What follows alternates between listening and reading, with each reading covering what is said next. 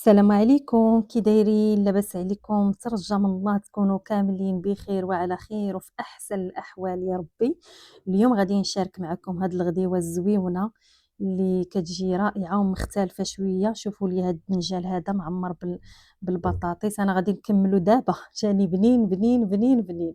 وغادي نشارك معكم واحد الحوت مشرمل بواحد شرموله اللي هي مختلفه. مره كنبغيو التغيير، واحيانا كنبقاو نحيروا شنو غادي نديروا للغدا، اش غنديروا اليوم، اش غادي نديروا غدا، وهي ماشي احيانا دائما. داكشي علاش قررت انني نشارك معكم هاد الفكره ديال هاد الغدا هذا. نتمنى انه يعجبكم.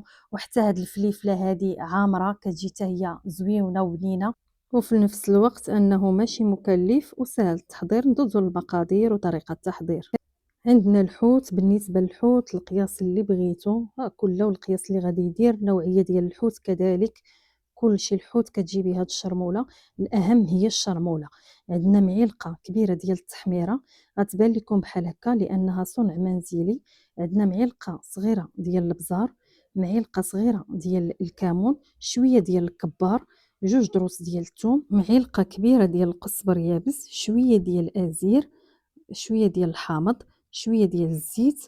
بالنسبه للملحه راه انا ما درتش الملحه، نتوما ديروا شويه ما تكثروهاش، راكم عرفتوا مع الحامض والكبار باش ما يملحش لكم الحوت.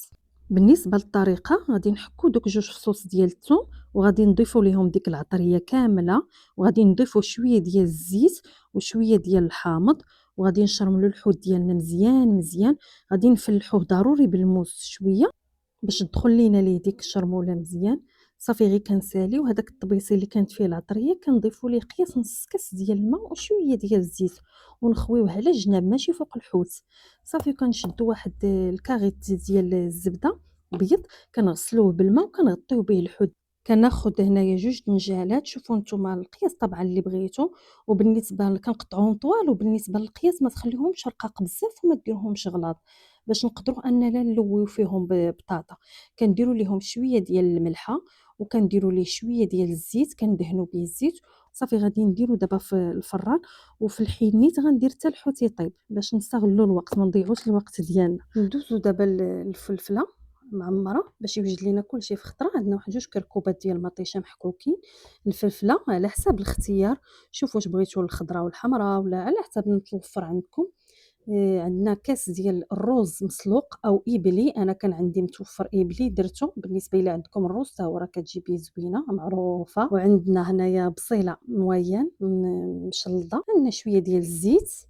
بالنسبة للعطرية عندنا شوية ديال التحميرة، شوية ديال البزار، وشوية ديال الملحة، وشوية ديال الكمون، وعندنا الربيع مقطع.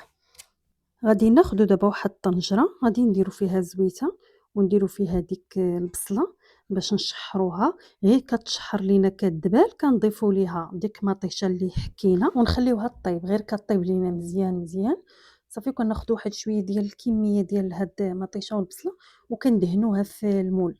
هي الاولى بحال تقولوا النص ديال تقريبا النص ديال هاد الكميه كندهنوها في المول، والكميه الاخرى كنضيفوا ليها إبلي وكنضيفوا العطريه والربيع. وهنا نسيت لكم البنات شويه ديال الخرقوم، الكركم بلدي، غير كينسجم لينا الخليط مع العطريه. وكنبداو نعمروا الفلفله وكنديروا في المول. صافي وكنديروها طيب. ندوزو دابا للمرحله الاخيره، نعمروا الدنجال. عندنا شي جوج كركوبات ديال البطاطا كبار. الدنجال ها نتوما طاب، كيجيني انا احسن في الفران.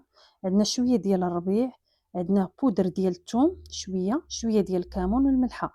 ما تديوش على دوك جوج دروس ديال الثوم، راه حتى بديت كنمونطي الفيديو ولقيتهم كاينين في التفصيل، علاش ما عرفتش، ما رديتش البال نهائيا.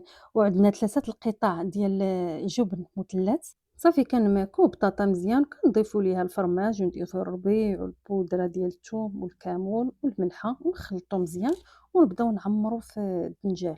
اللي ما عندوش هاد العويدات متوفرين ماشي ضروريين، حنا نبسطوا الامور مالنا. غديروهم غير في المول، تعمروا وديروا في المول، ماشي ضروري. دهنوا غير شويه بالزيت وحطوا في المول. البنات كنشارك معكم هاد الوصفات صراحة من كل قلبي، وكنبغيكم زعما تستافدوا. فإلا عجبكم الفيديو، عجبكم المحتوى، ما تبخلوش عليا بالاشتراك وتشجيعاتكم في التعاليق، راه دعمكم صراحة كيهمني بزاف بزاف وكيشجعني وكيخليني انني نزيد نعطي. صافي غير كنكملوا العموريه ديال الدنجه وكنديروا ليه شويه ديال الفرماج احمر، طبعا اختياري. الغدا ديالنا موجود، جا رائع، لا الدنجال لا الفلفله لا الشرموله ديال الحوت. شرموله الحوت جات مغيره شويه، بنينه زوينه. بالنسبه للدنجال ماشي دائما نعمرو بالكفته ولا، حتى هاد الطريقه ديال البطاطا راه جا بها بنين غزال. ونتمنى ان الفيديو يكون نال اعجابكم وان الشرح يكون مبسط، واللي عنده شي سؤال ولا استفسار يكتب لي في التعاليق غادي نجاوبكم ان شاء الله. وفي امان الله، نتلاقاو ان شاء الله في وصفة جديدة وفيديو جديد بحول الله وقوته، بصحتكم وراحتكم.